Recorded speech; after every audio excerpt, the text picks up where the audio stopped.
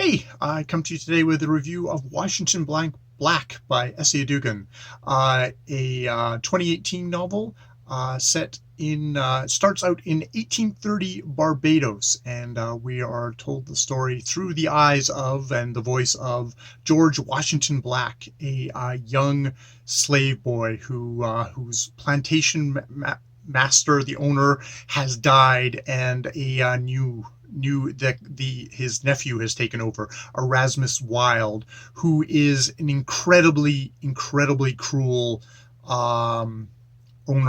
The slaves start committing suicide rather than be with him. He is that savage, that barbaric. For historical context, Barbados was a part of the Atlantic slave trade, and we're just actually coming up to 1830 is just the tail end of when there were actual slaves.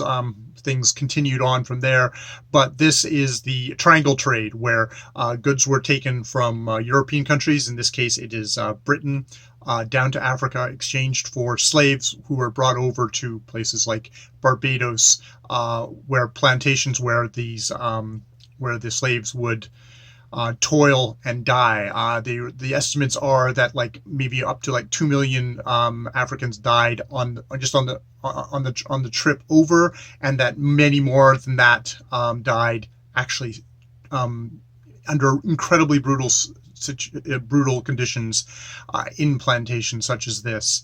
So this story is told very much through the eyes of George Wshngtn Blck, Wash, as he's known throughout the story. He's raised by Big Kit, another slave. He hears various stories about his parents, his mother. Maybe she died on the trip over. Maybe she died just there. But he's never known them. And they basically, he and Big Kid have kind of come up with the idea of we're going to kill ourselves. That's our only escape. But Erasmus gets wind of this thing, and the next slave that he executes, he also chops off their head, saying you can't go back. Your spirit can't go back to Africa because I have your head. And it's truly that kind of horrible, hopeless, imagined situation. Obviously was constructed by people and perpetrated on black Africans by white Europeans. Into this comes into Wash's life comes Christopher Wild, the brother of Erasmus Wild, Titch, who is a scientist. He's brought over his hydrogen balloon. He's going to do an experiment. Their father, Erasmus and Christopher's father, is a great explorer scientist who is doing explorations up in the Arctic. Lots of knowledge and stuff like that, and who's not all the science and knowledge, like a lot of the great innovations, the industrialization of what are the basis of kind of Western civilization, was funded on the back of the stuff like the Atlantic slave trade and other colonialist practices. But he comes and he selects Wash, basically because I think you're about the right size. There's kind of an implication that as ballast goes, that's kind of the size I need, and so he takes him on as an assistant. But it quickly becomes apparent that Wash is actually has great talent. He has great talent for drawing. He can render things perfectly, wonderfully. And Titch at some point says, it's important to as an artist to draw what is actually there, not what you believe is there, which is actually artist advice I've heard. So he becomes his assistant. Philip, a cousin of Erasmus and Titch, arrives at the plantation, and it's there's some kind of a disruption there. There is a mishap with the balloon, which goes really badly for Wash. And Philip comes with news that that their father is dead.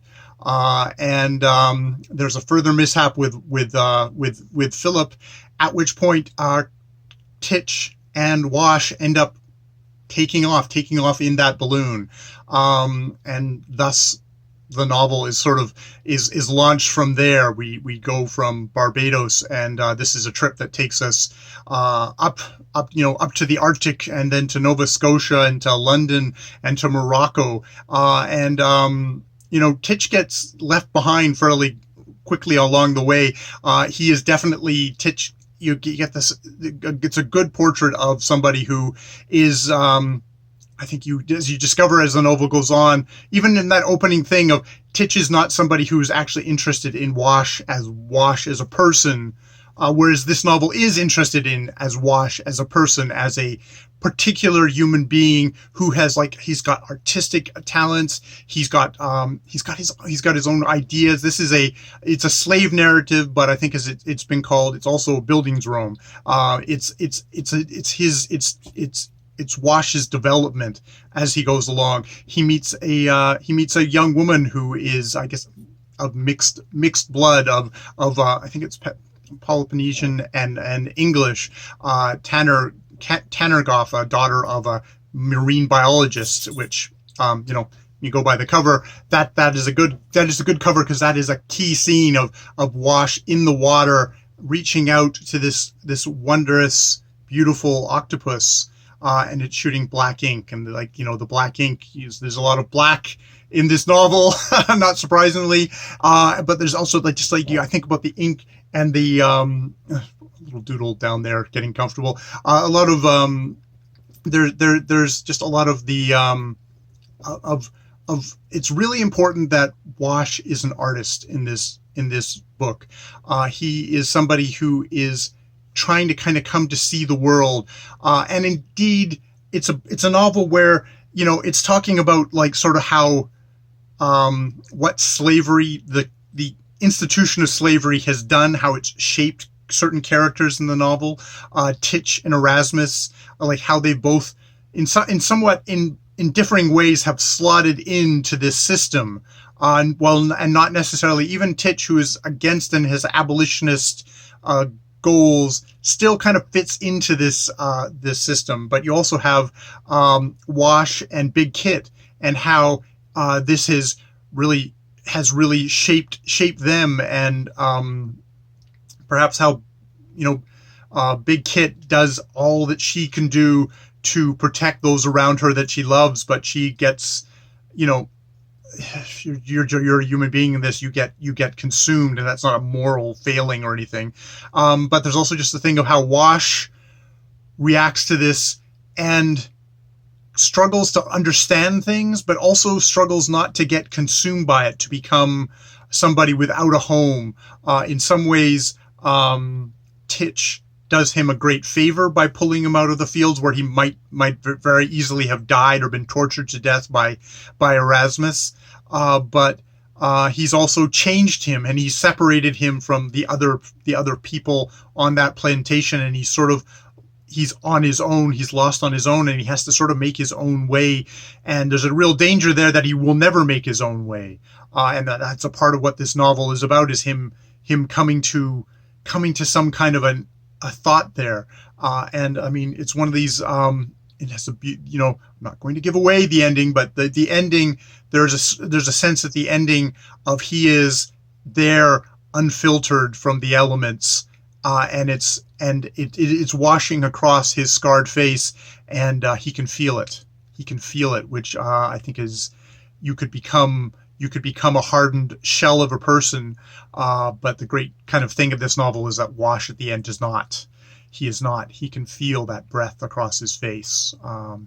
So a beautiful, surprisingly short novel. It's a very, it sort of got talked about as sort of like an adventure novel, and there are scenes in it, but it's not so much an adventure novel as it is a spiritual novel, a novel of spiritual, intellectual, emotional growth of this character. But no steamship adventures in this one. There's some covers that have right here have the hydrogen ship on it, and the hydrogen ship is a little bit at the beginning and a little bit at the end, but it's not really it's not the point of the story. The point of the story is George Washington Black. So I heartily recommend this book, and more videos later.